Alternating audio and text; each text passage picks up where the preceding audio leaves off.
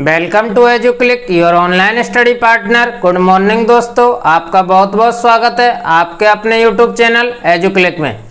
तो देखिए, कल की क्लास में हमने टॉपिक शुरू किया था भारत में जनजातीय आंदोलन, ठीक है। और जनजातीय आंदोलन होने के क्या कारण थे वो भी हमने आपको बता दिया था कि जनजातीय आंदोलन क्यों हुए थे और कहां कहां हुए थे, इसके बारे में आज बताना है, ठीक है। किन किन लोगों ने, कौन कौन सी जनजातियों ने कौन कौन से आंदोलन किए थे। तो आइए बात करते हैं भारत में हुए जनजातीय आंदोलनों के बारे में। देखिए, जनजातीय आंदोलनों में पहला है सन्यासी विद्रोह,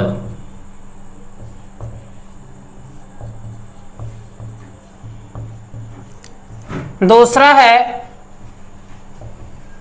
भील विद्रोह,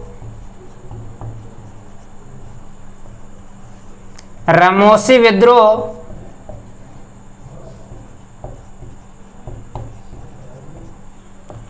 कोल विद्रोह,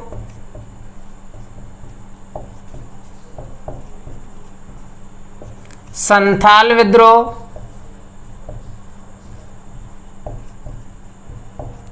इस तरह के अनेक जनजातीय आंदोलन हुए थे।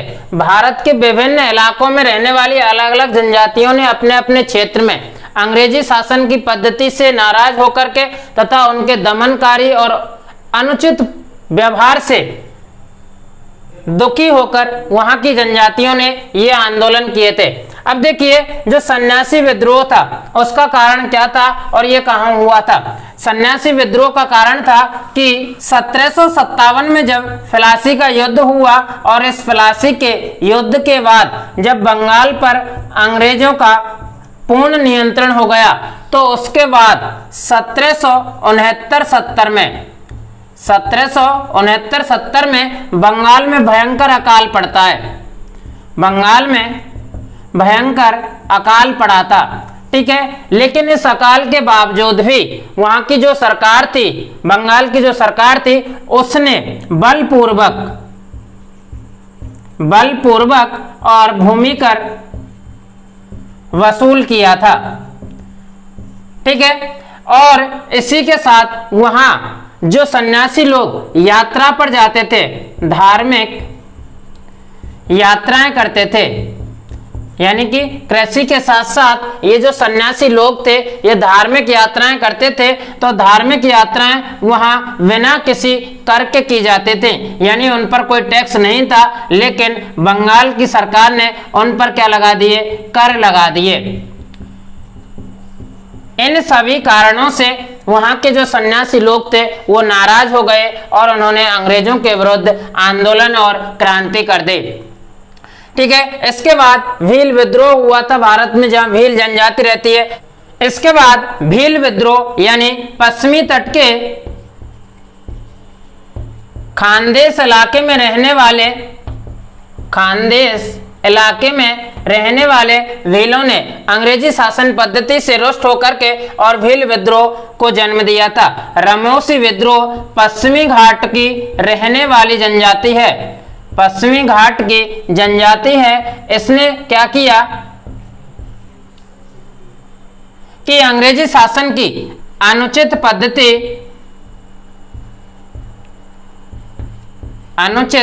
पद्धति से रुष्ट होकर के वहां पर रामोसी जनजाति ने विद्रोह किया। इसी तरह कोल जनजाति ने और संथाल जनजाति ने भी भारत के विभिन्न क्षेत्रों में ये विद्रोह किए थे। बात आती है कि इन जो विद्रोह हुए थे, जनजातीय विद्रोह, इनका मूल कारण क्या था। तो देखिए, जनजातीय विद्रोह का मूल कारण था अंग्रेजों की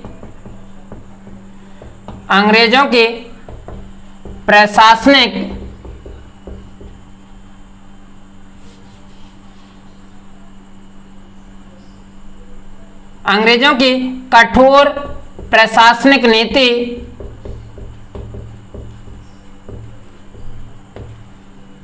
दूसरा दमनपूर्ण व्यवहार,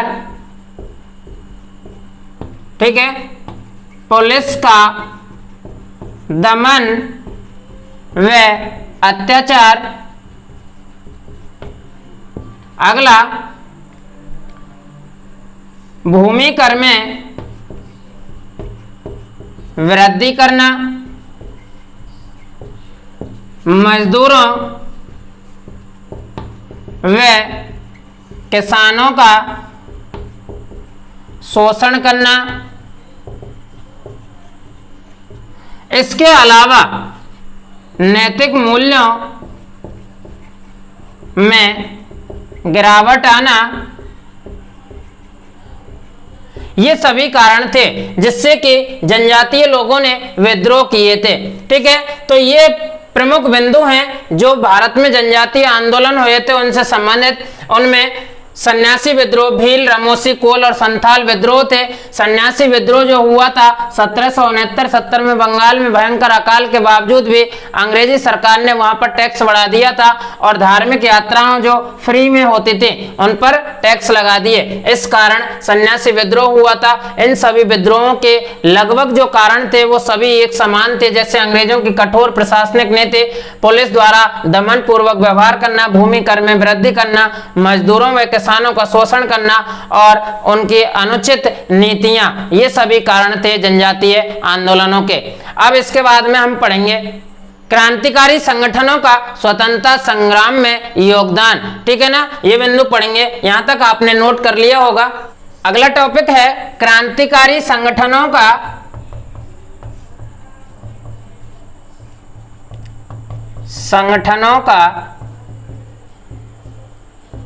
स्वतंत्रता संघर्ष में योगदान।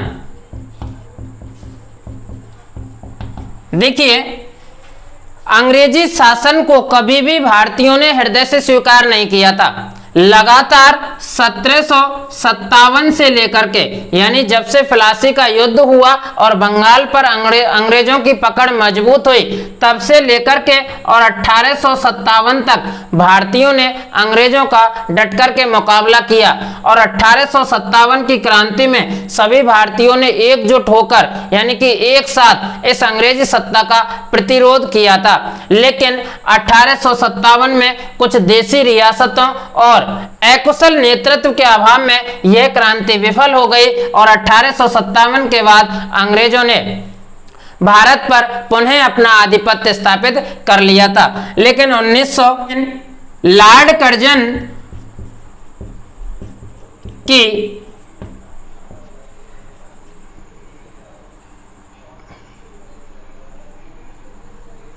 प्रतिक्रियावादी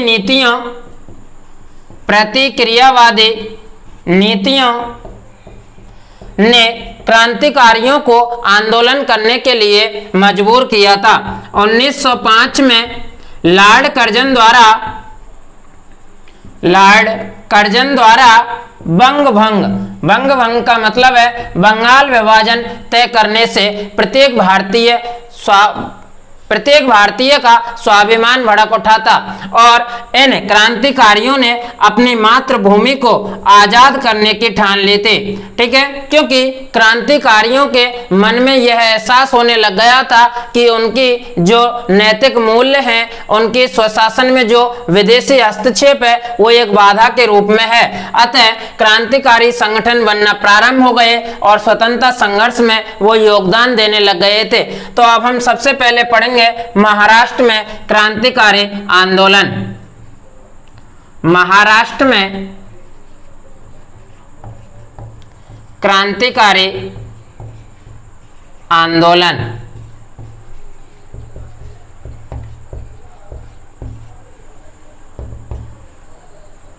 देखिए, महाराष्ट्र में क्रांतिकारी गतिविधियों का प्रारंभ वासुदेव बलवंत फड़के नामक सरकारी कर्मचारी ने किया था।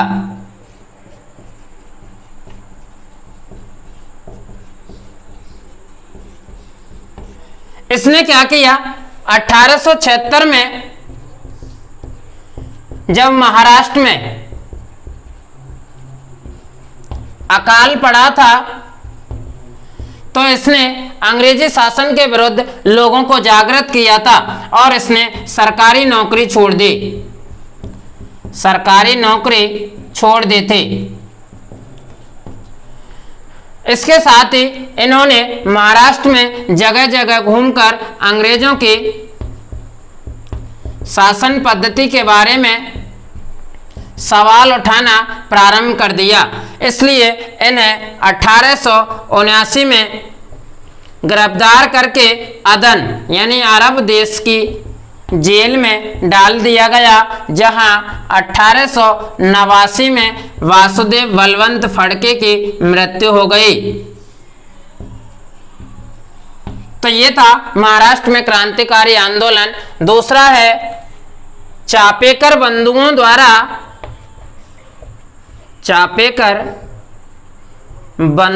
द्वारा महाराष्ट्र में आंदोलन।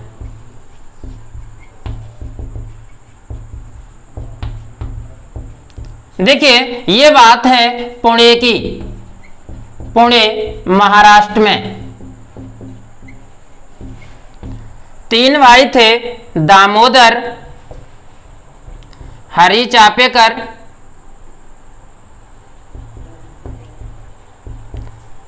बालकृष्ण चापेकर और वासुदेव हरि चापेकर। इन तीनों भाइयों ने मिलकर के पुणे महाराष्ट्र में आंदोलन किया था। इन्होंने 1893 में हिंदू धर्म संरक्षण सभा का गठन किया था और इस सभा के अंतर्गत ही इन्होंने गणेश उत्सव व शिवाजी उत्सव मनाना प्रारंभ किया था। इन उत्सवों के माध्यम से ये अंग्रेजी सरकार की दमनकारी नीतियों के बारे में जनता को जागृत करना चाहते थे। इसी समय 1897 में पुणे में प्लेग रोग महामारी के रूप में फैला, महामारी के रूप में फैला था, ठीक है। और इस प्लेग का जो कमिश्नर नियुक्त किया गया था, कमिश्नर रैंड को नियुक्त किया, लेकिन इस रैंड ने लोगों की मदद करने के बजाय उन पर दमन और अत्याचार किए। इसलिए कमिश्नर रैंड की 22 जून 1897 को इन तीनों भाइयों ने मिलकर के हत्या कर दी। इसलिए तीनों भाइयों को फांसी की सजा दी गई थी।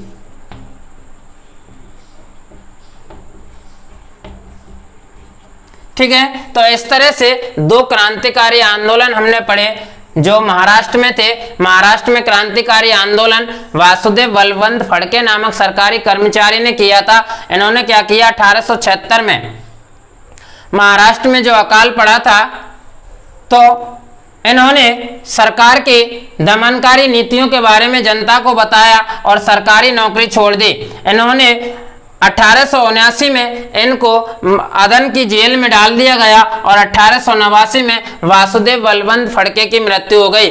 दूसरा जो आंदोलन था वो चापेकर बंधुओं द्वारा महाराष्ट्र में किया गया था, यानी पुणे महाराष्ट्र में दामोदर हरि चापेकर, बालकृष्ण चापेकर और वासुदेव हरि चापेकर ने तीनों ने मिलकर के 1893 में हिंदू धर्म संरक्षण सभा नाम से एक परिषद बनाई और इसके माध्यम से गणेश उत्सव और शिवाजी उत्सव मनाना प्रारंभ किया। लोगों को उन अंग्रेजी शासन की पद्धतियों के बारे में बताया। इसी समय 1897 में पुणे में प्लेग रोग महामारी के रूप में फैला था, जिसका सरकार द्वारा कमिश्नर रैंड को नियुक्त किया गया था, लेकिन इस रैंड ने लोगों की सहायता करने के बजाय उन पर दमन किया और लोगों ने इसे 22 जून 1897 को पकड़ करके इसकी हत्या कर दी, जिसके बदले में चापेकर बंधुओं को फांसी की सजा सुनाई गई थी। अब हम पढ़ेंगे श्यामजी कृष्ण वर्मा के बारे में। अगला है श्यामजी कृष्ण वर्मा। कृष्ण वर्मा लंदन में इंडिया हाउस की स्थापना 18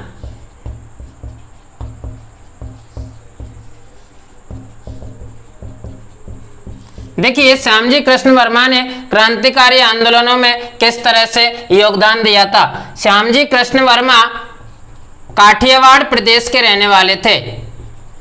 काठियावाड़ प्रदेश के रहने वाले थे। इन्होंने कैम्ब्रिज विश्वविद्यालय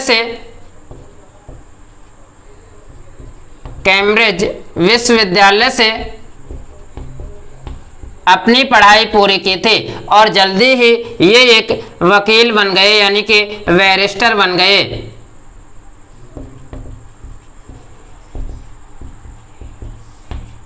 जब ये भारत आए तो इन्होंने अंग्रेजों की दमनपूर्ण नीतियों को देख करके भारत को स्वतंत्र कराने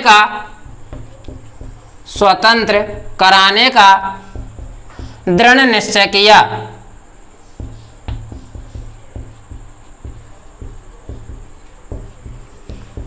और इन्होंने यानी श्यामजी कृष्ण वर्मा ने 1905 में भारत स्वशासन समिति का गठन किया, जिसे बाद में इंडिया हाउस की संज्ञा दी गई। श्यामजी कृष्ण वर्मा पहले व्यक्ति थे। श्यामजी कृष्ण वर्मा पहले व्यक्ति थे जिन्होंने भारत से बाहर स्वतंत्रता आंदोलन को जारी रखा। इन्होंने एक मासिक पत्र का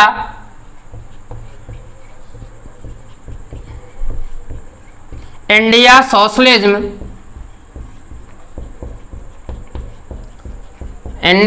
सोशलिज्म का प्रकाशन किया था।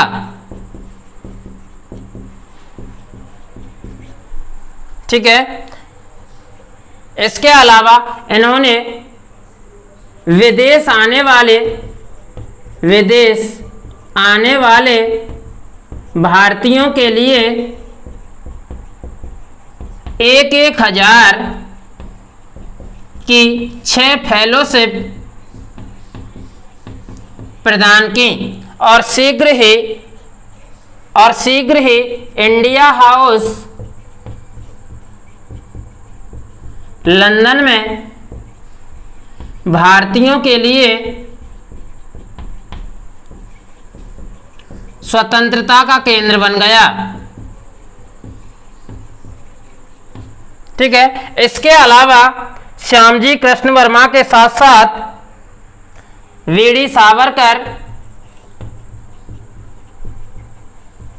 लाला हरदयाल,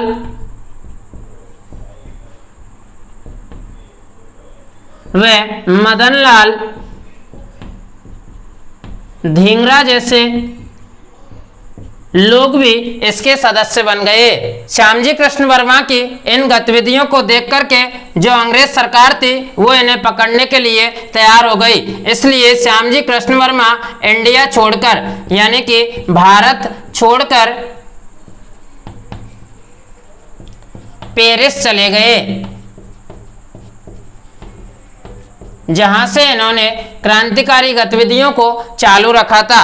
एक बार दोबारा देखिए, श्यामजी कृष्ण वर्मा परीक्षा की दृष्टि और कंपटीशन दोनों की दृष्टि से महत्वपूर्ण है कि श्यामजी कृष्ण वर्मा काठियावाड़ प्रदेश के रहने वाले थे। इन्होंने कैम्ब्रिज विश्वविद्यालय से अपनी शिक्षा पूरी की और जल्दी ही ये बैरिस्टर बन गए। ठीक है। इन्होंने जब ये भारत आए तो इन्होंने अंग्रेजों की शासन पद्धतियों के बारे में देखा और इन्होंने भारत को स्वतंत्र कराने का दृढ़ निश्चय कर लिया था।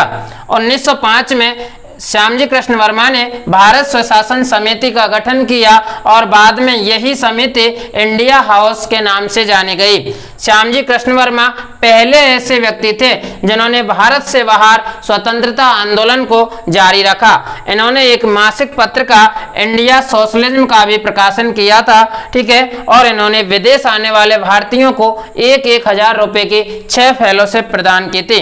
इंडिया हाउस लंदन में भारतीयों के लिए स्वतंत्रता का एक केंद्र बन गई और इसके साथ में वीडी सावरकर, लाला हरदयाल, मदन लाल धिंगरा जैसे जो व्यक्ति थे वो जुड़ गए। जब अंग्रेजों को इनकी गतिविधियों के बारे में पता चल गया तो ये भारत छोड़ करके पेरिस चले गए और वहीं से अपने क्रांतिकारी गतिविधियों को उग्र रूप देने लग गए। तो ये था श्यामजी कृष्ण वर्मा के बारे में। ठीक है, यहां तक आप नोट कर लीजिए।